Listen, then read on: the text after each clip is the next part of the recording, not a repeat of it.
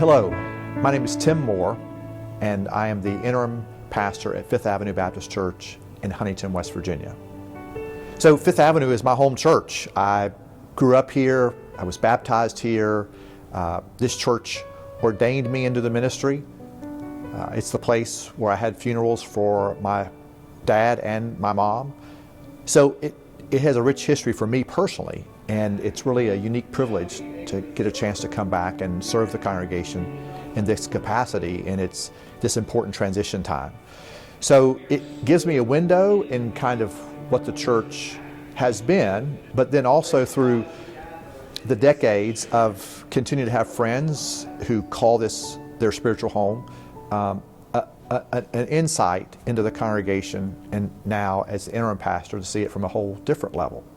So this kind of gives me a background in thinking about who Fifth Avenue has been and what it could be for the future. So Fifth Avenue Baptist faces some of the same challenges that so many churches in America are facing these days.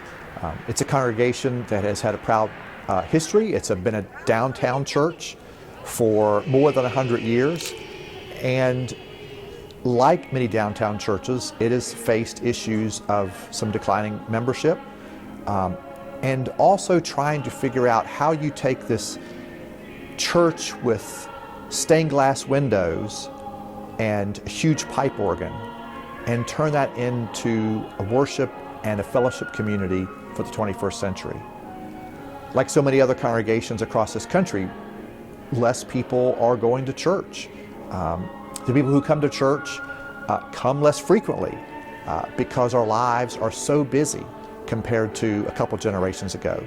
So I think one of the challenges that Fifth Avenue faces is common to what a lot of congregations are facing. How do you bridge the gap between great traditions and new innovations in Christian ministry for the 21st century?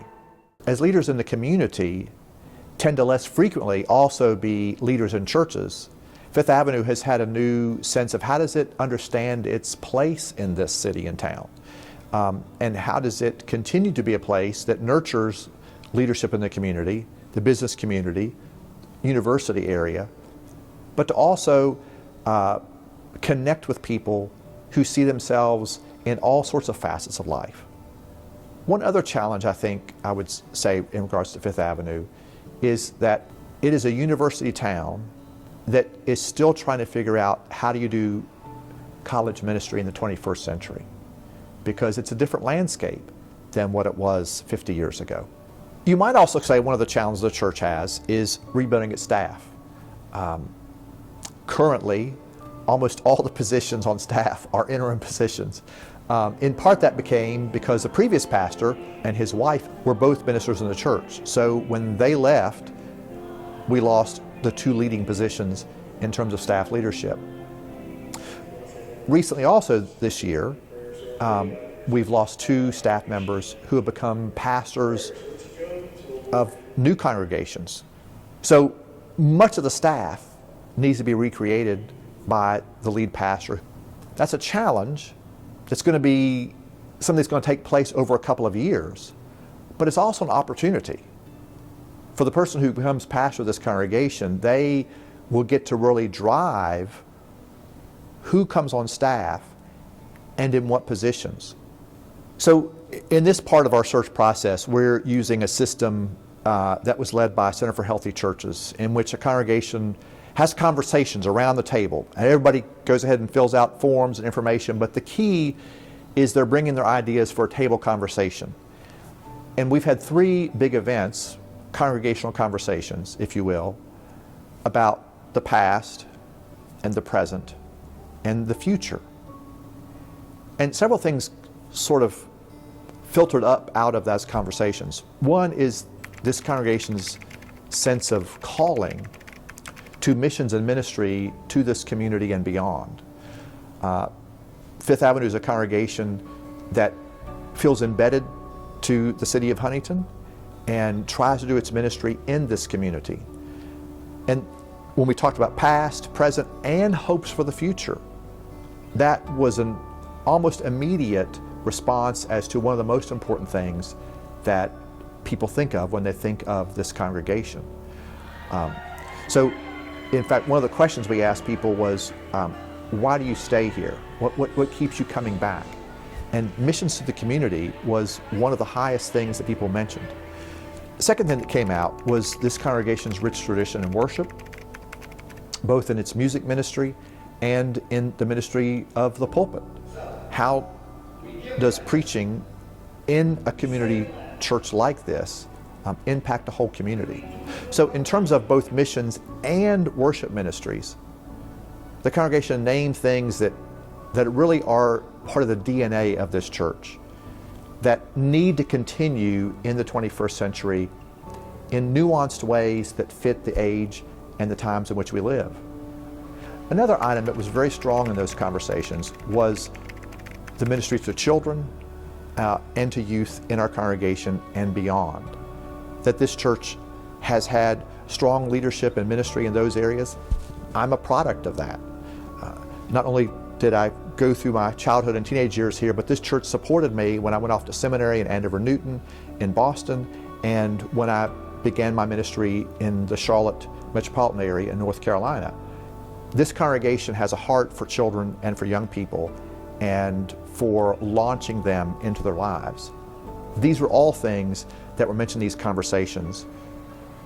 And the biggest piece is, how do we do these things that have meant us so much to us in the 21st century? Anytime churches are in transition, that's one of the things you think about. How healthy are we as a congregation? What's working, what's not working?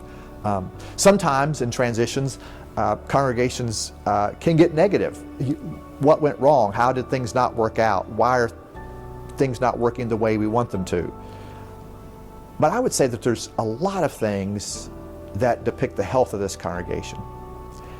And one is that there is a dedication among the membership of this church, the lay leadership of this church, that people want to be involved. They desire to be involved. This church has a leadership structure called the commission system, in which the church council kind of guides all those commissions together. The chairs and vice chairs from each commission are on the church council, along with the staff and a few at-large members. It is a relic of the past, and yet it's also vibrant in this current day.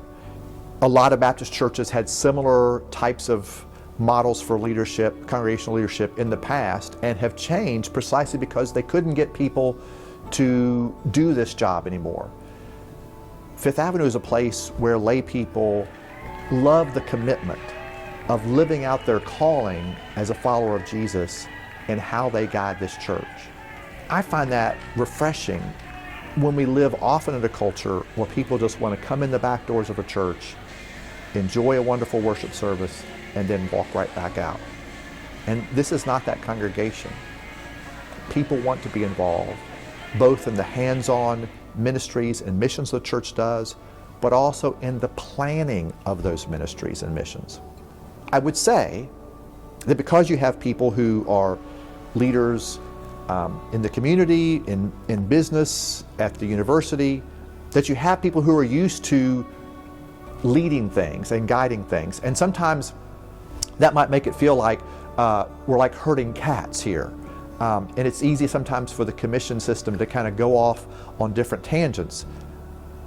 So I think to successfully be a pastor of this congregation, you have to be somebody who likes to make the sausage, if you will. That sometimes it gets messy in that process, but if you enjoy being in that process, it comes out great in the end. So I would say, in one sense, that Fifth Avenue is not a great church for everybody, but for people who enjoy collaborative work with people, who enjoy talking at ideas, who enjoy brainstorming, who don't always get their way, but who in the midst of the conversation with other leaders, find a better way. If you enjoy that, there is real possibility here at Fifth Avenue to help this congregation and its ministry to the community reach levels it has never done before. As somebody who came out of this church, who values collaborative leadership, who believes that the collective is always smarter than the single person, the single expert. If you enjoy that kind of ministry and that kind of work, this is a great congregation for you to use those skills. And I think that is a sign of health in the congregation. So I hope if you've had a chance to watch this video, if you've watched this video, somebody has contacted you about this church. And I hope that you will take time to pray about your own call, to read through this whole profile, to think and discern about what it might mean to reach out and become a part of this conversation with this search team. As I've mentioned before, this is a congregation that's dear to my heart, and I think has a great opportunity in this community for the next decade. So if you've been contacted by someone and you're looking at this video, I hope that you will consider putting your name in, be a part of this process. Maybe you're not convinced yet, I want to move to West Virginia, I want to be a part of this congregation. But if this church profile piques your interest a little bit, I encourage you to get either a hold of our search committee through Spencer Murphy, who is our chairperson, or with somebody with Center for Healthy Churches. They'll be glad to put you in touch with us and to walk a journey in this process. Thank you.